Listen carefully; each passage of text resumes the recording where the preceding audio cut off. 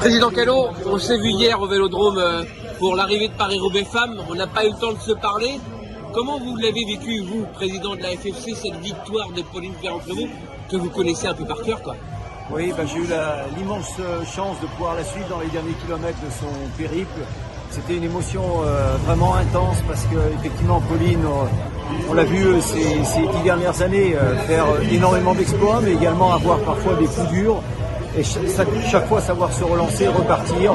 Et là, ce pari assez incroyable de passer sur la route après le VTT avec des objectifs qui étaient plus lointains, le Tour de France, et un début de saison extraordinaire et qui trouve là une apogée avec sa victoire hier dans Paris-Roubaix.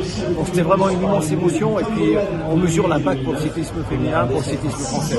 Sa dernière course en France, c'était, on s'en souvient, on y était ensemble en VTT aux Jeux Olympiques Paris 2024, de retour en France et elle gagne, elle s'arrête jamais. Oui, elle est incroyable. Je pensais exactement à ça hier. Une Marseillaise, un Roubaix. Et la dernière qu'on a entendue avec Pauline, c'était aux Jeux Olympiques pour sa médaille d'or. Oui, c'est une athlète d'exception. Je pense qu'elle a son palmarès se démontre, mais son retour sur la route le confirme. Elle a tout d'une immense championne de son sport, avec en plus cette transversalité entre les disciplines. Et c'est un symbole formidable pour le cyclisme. Bon, ce dimanche, Paris-Roubaix homme, Pogacar, Van der Poel ou un autre? J'aurais envie de dire un troisième larron, parce que ça ferait aussi, ça pourrait être une image tactique assez intéressante dans notre sport, même si évidemment on attend tous ce duel extraordinaire entre Van der Poel et Pogacar. Un Français, ça va être compliqué?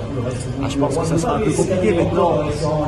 Je peux avoir deux circonstances de course qui le permettent, soit une circonstance un petit peu avec une échappée au long cours et un Français bien placé dedans, mais on y croit peu dans le cyclisme moderne quand même, enfin le cyclisme de ces quelques dernières années.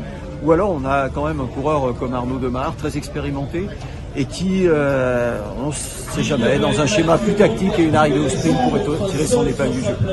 Bon, Paris-Roubaix, puis on se retrouve, je crois, mardi pour les super championnats du monde 2027 sur vos terres. Oui, merci beaucoup.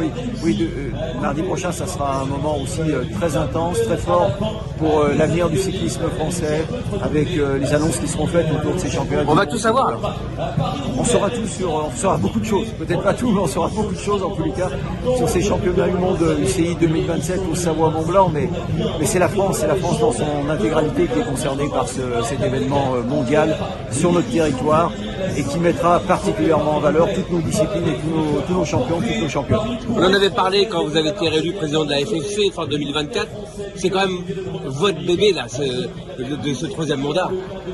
Je ne sais pas si c'est mon bébé, mais en tous les cas c'est un projet sur lequel je m'investis pleinement parce que je pense qu'après l'expérience de 2 mandats, des championnats du monde déjà organisés en France, je mesure l'importance que peut revêtir cet événement pour l'avenir du sport cycliste dans notre pays et puis pour tout ce qu'on a besoin de soutenir autour de notre sport et tous les enjeux sociétaux du vélo. Merci Président. Merci beaucoup. Merci.